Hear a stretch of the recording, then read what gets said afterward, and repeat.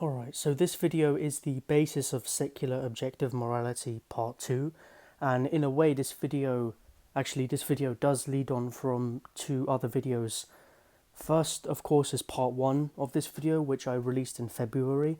That one wasn't really as good as it should have been. I talked about a lot of personal experiences on there, and although I did make a lot of key points, I could have done that better. So I'm going to be expanding on those points and introducing new points, especially in regards to GSC and my last video, which is my second link, which was the video I made about GSC. And before that, I made a video titled The Inherent Evil of Nature. And underneath that video, I got a lot of comments saying, oh, morality and ethics are subjective and man-made. And a lot of people in regards to this were saying things like morality can only be objective if it's independent of a mind, right? So if it exists independent of our mind, right? Now I view that as kind of an absurd argument in a way, because morality and ethics pretty much only relate to sentience. If there were no sentient beings in a universe, which I don't really believe can be possible because of GSC, but anyway, if there were no sentient beings in a universe, then morals and ethics wouldn't apply, right? Now, let's look at this in regards to, I want to give an example in regards to this. So, for instance, let's say this isn't exactly relating to ethics and morality, but it's relating to subjectivity versus objectivity, right? For instance, if I have a hill in front of me that's like 100 meters away, right? And there are objective facts about that hill, right? So for instance, that hill may be, obviously it's 100 meters away, it may be, I don't know, 50 meters high or something, maybe 75 meters high, right? Give or take, the number doesn't really matter, but the fact is that that's an objective truth, right? It may be steep, it may be green or something, it may have pathways, it may not have pathways, right? There's a lot of factors, right? And suppose I have two other people with me, right, alongside myself, and we come to different conclusions on the mountain, right? Now, I may come to the conclusion that it's 75 meters away, that it's, I don't know, 100 meters tall or something like that. Now, the guy next to me might think that the figures are different. Maybe it's, I don't know, 120 meters away, 200 meters tall, or probably not, but you know what I'm trying to say, right? And the other guy comes up with his own conclusions. He may think it's too steep, or too shallow, or not shallow, not steep enough, or whatever, because he wants to climb it or something, right? And there are motivating factors there, maybe, or maybe the other guy has a issue with his vision or something like that, or maybe we're just seeing things differently or whatever, right? Now, that is a subjective opinion, but there are objective facts, as I said, right? Now, what separates that example from ethics and morality, right? Sorry, what unites them, right? Why did I bring that up, right? I brought that up because, as I said, there are objective facts about that hill, right? Other people may think that hill would be a mountain, for instance, although that's highly unlikely, but there could always be those kinds of people, right? So there's a broad range of opinions, right? But there's a core of objective facts that we can determine using scientific methods and other methods as well, right? So I mean, I had a guy underneath my part 1 of the video, right, that I released back in February, as I said, who got into a discussion with me about this, and he asked me, oh, what tools or what methods would you use to to measure the harms done objectively on a large group of people? And I said, look, we can do psychological studies based in academic scientific methods to determine the objectivity of something, right? We can use, I mean, I gave a lot of examples, I can't remember them, but if you really want to, go back to that video and have a look through those comments. They're still there. But essentially, that's not really the crux of the argument. The crux of the argument is, how can we prove that morality and ethics are subjective? Now, I believe that regardless of what anyone thinks about morality, for instance, you can have two people. One could be a masochist, and another, could not be a masochist. They could be, an ordinary person, right?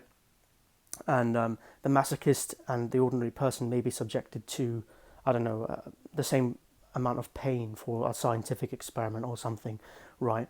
And the masochist would feel the pain and he would enjoy it, right? So that's his value judgment, right? But the non-masochist, the normal person, would feel the pain and would not enjoy it. However, objectively, they still experienced harm, right? Why do they experience harm? Because their nervous systems are the same, right? They feel pain the same way. And this goes for all animals, pretty much all sentient creatures, right? Even like insects and bugs and small animals like that, right? All animals pretty much have a nervous system. They can feel pain, and that's why we call them sentient. That's what sentience means, having the ability to feel and perceive pain and pleasure, right? Consciousness is having the ability to think, right? Pretty much all animals have the ability to feel pain and pleasure, right? Not in the same degree that we can, because we've got consciousness, but they don't, right? But my point still stands, is that those animals all have nervous systems, they can feel pain, and that's why morality is objective, because they have that ability. Now, I want to tie this into GSC, and I also want to talk about why Christian and Muslim views about the objectivity of morality, if God exists, are false. Now, first of all, I'm going to talk about GSC because this is very important, especially because I've just talked about animals, and I have touched on the evil of factory farming and other things such as the evil of nature, where a lot of people made those comments. And I quickly want to touch on this whole value judgment thing, right? My opinion that suffering is bad, right, because it causes pain is, okay, it's an opinion of mine, sure, but it's an objective fact.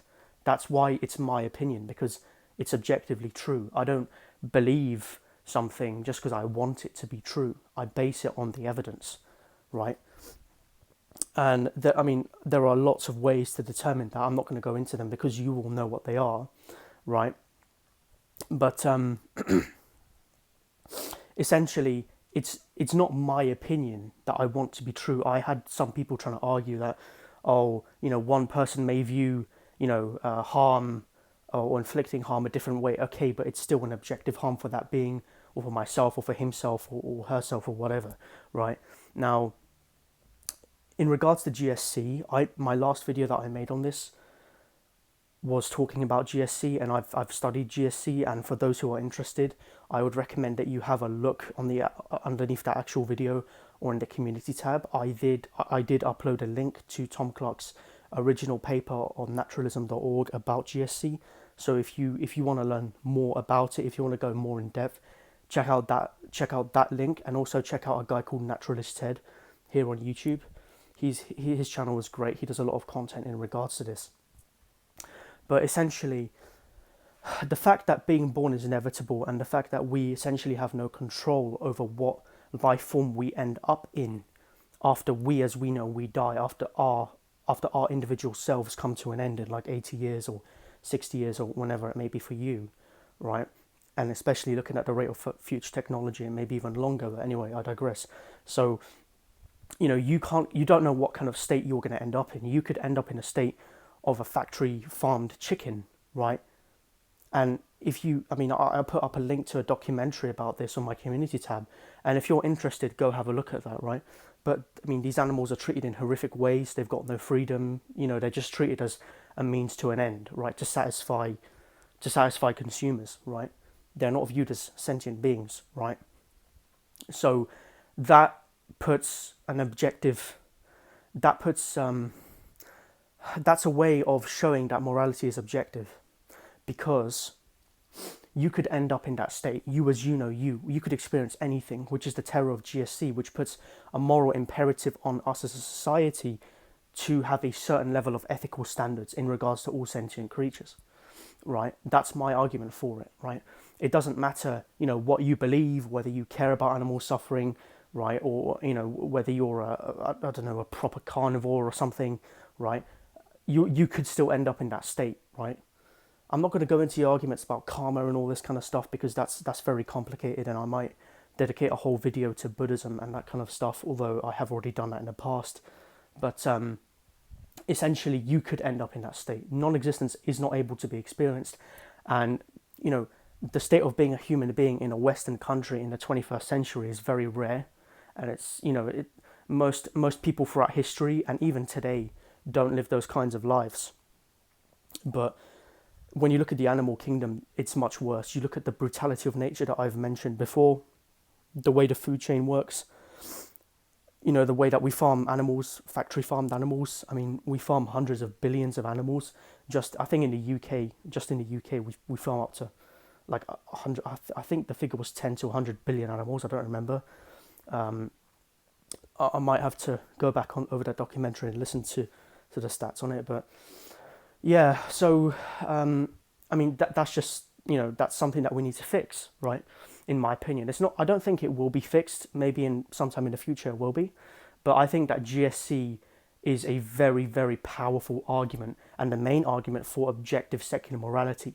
That and the nervous system thing, the fact that pain is felt objectively by all creatures. It's not like one creature or one human being can say, okay, I want to feel this pain as pleasure, right? If that was the case, then a lot of people in the hospitals, right, would just click their fingers like that, and or think a certain way in their brain, and that would be their opinion would be their reality. Of course, that's not how it works, right? And of course, I'm kind of making a little bit of an I'm taking the point a little bit out of context, but I'm trying to prove a further point here, right? And even if, no matter what the individual thinks, right, even if they can't will it into being, of course, no matter what an individual thinks, right, for instance, if that masochist is being subjected to suffering, right, or physical abuse, same thing with animals, right, no matter what they think of it, right, they are still undergoing abuse. For instance, if that if that masochist individual has, is being beaten, right, and the skin is, his skin is being bruised or something, right, and he has to seek medical attention, right, that is an objective harm that has been done to him, right? It's not a subjective opinion. He may have enjoyed it, but that doesn't make it, that still makes it a harm objectively. And that's the point that I'm trying to prove, or trying to get across to you guys, right? And I think that, as I said earlier, I mean, that the kind of argument that morality is based on, individual interpretation is wrong. And, I hope I've kind of cleared that up now, or in the first half of this video. Now, the second half of this video is going to be shorter, and I'm going to talk about religion, Christianity and Islam. When I mention religion, I mainly mean Christianity and Islam, right? Because those are the two monotheistic religions, right? They believe in heaven and hell. They believe in God. Same thing with Judaism, but Judaism doesn't believe in heaven and hell, although I guess you can include it. The Abrahamic faith.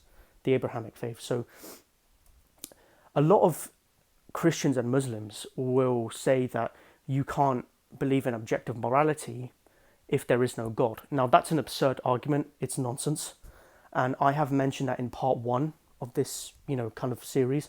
Well, I guess series, but maybe not series, but I'm trying to say part 1 of this video, my last video that I made in regards to this. But the reason that it's absurd is because that's based on the beliefs of one deity, right? Allah or Christ or whatever, right? Yahweh, right?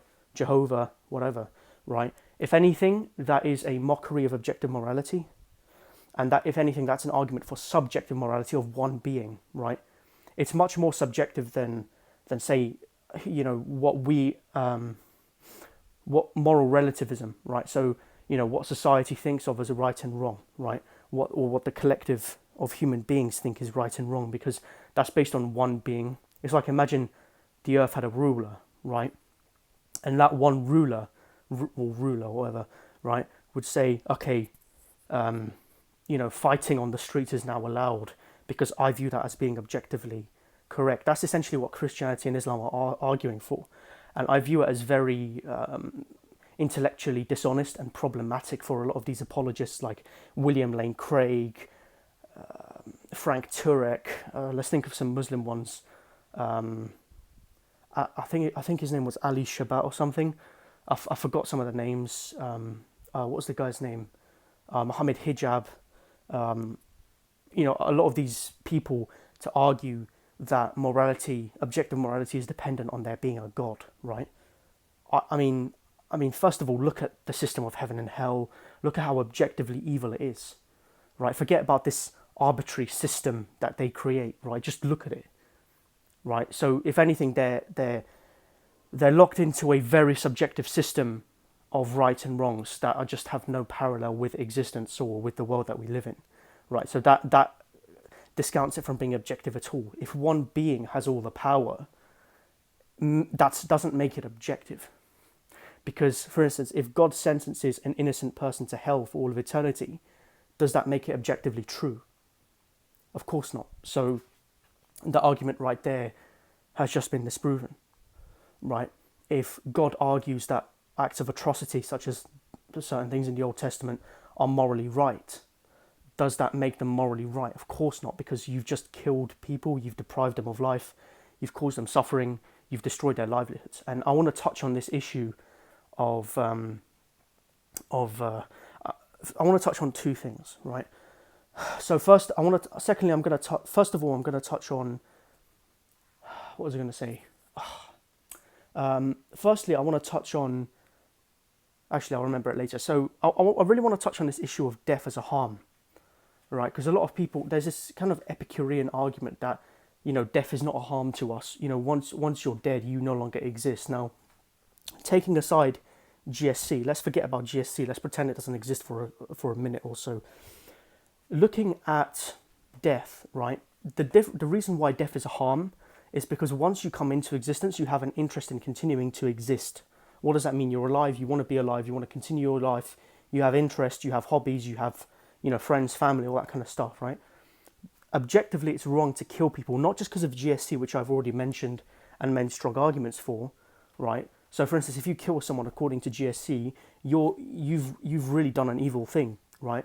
Because you don't know where they could end up. So that's not just depriving them of their interest of continuing to exist in this life as who they are now, but you're also subjecting them to a massive risk.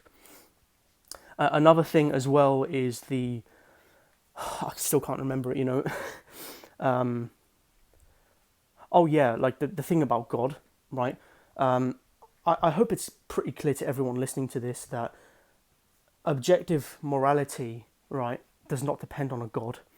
And I'm going to end this video just by saying that Christians and religion, that's what I was going to say.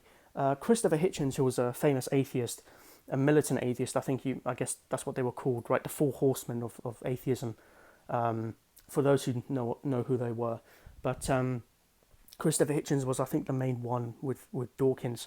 But essentially, morality is not dependent on what a God says. And the reason why a lot of Christians and Muslims are very limited in regards to this is because they don't, they base it on one deity or one being.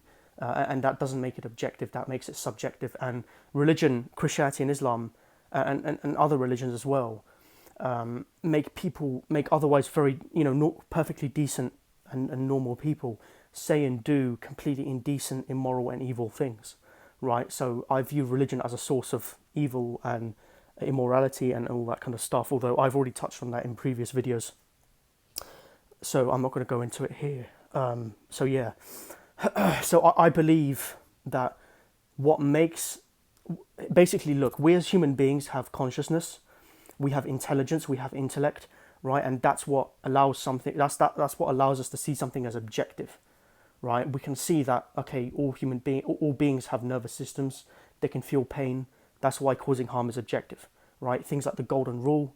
If I would, do something to someone else, right? That's, if that I wouldn't want to be done onto me, then that's a harm, right? So, although that last one is somewhat subjective, but it's still objective. It's based around objectivity. Everything I've said here is objective. It's rooted around objective truths. It doesn't matter if there's no minds or if it's a reality independent of a mind, right? That's as I said, it's somewhat of an absurd argument, right? Because it's relating to sentience. If it's not relating to sentience, what's the point of it, right? You guys see. Anyway, I'm going to leave it here. If you liked it, leave a like and a subscribe. Leave your comments in the comments below if you disagreed. I'm interested in hearing your thoughts. And see